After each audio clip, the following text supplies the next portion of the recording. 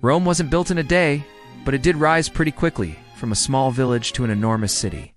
So how did Rome go from dirt road to empire? Stay tuned to find out. The beginning of Rome can be traced back to the 8th century BC when the Latins, Etruscans, and Greeks began settling in the area around the Tiber River. According to legend, the city was founded in 753 BC by Romulus, who killed his twin brother Remus. After the two of them were kicked out of their foster father's house. While historians debate these early years, what is certain is that Rome started out as a small village of maybe 10,000 people. The small town didn't even have any walls, so it was super easy for invading armies to destroy it. But the Romans would not be deterred.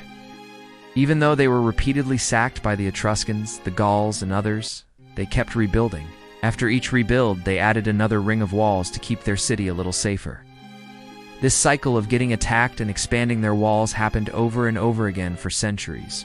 And the result was a city with 7 layers of walls by the time it reached its peak. Rome's most famous landmark was not yet famous in the early years of the Republic. Built in 29 BC, the Colosseum wasn't constructed until the empire was well underway. In fact, many of Rome's most iconic structures, like the Pantheon and the aqueducts, were unbuilt until the 1st and 2nd centuries AD. Early Rome was mostly just a big village trying to survive. It took almost 400 years for Rome to grow from a village to a city. During this time, the Roman king was more like a local lord than a powerful monarch. But during the 4th century BC, Rome experienced something called the Second Secession of Carthage. Basically, Rome went to war with Carthage over control of Sicily and other Mediterranean islands.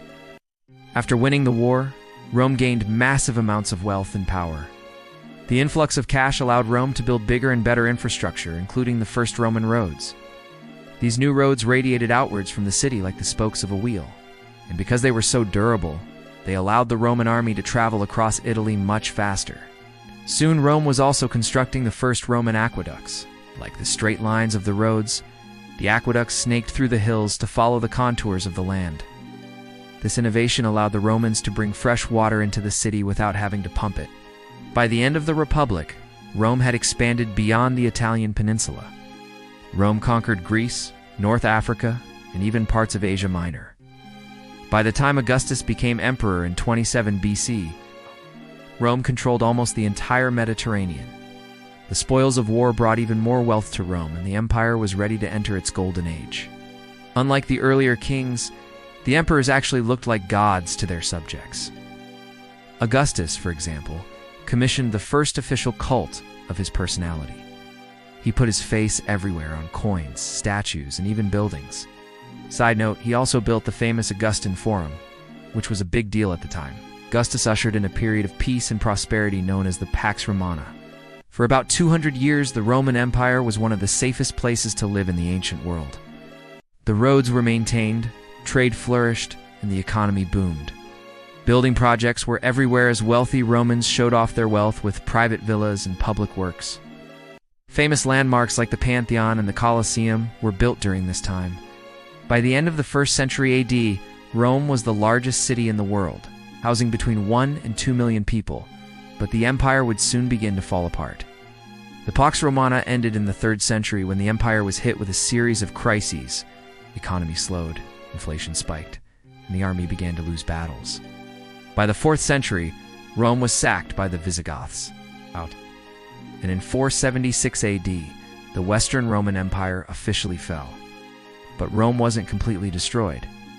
It would take centuries for the city to fully decline.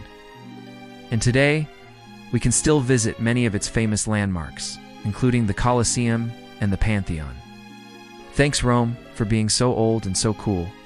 If you want to learn more about ancient Rome, check out our other videos about the Roman Empire.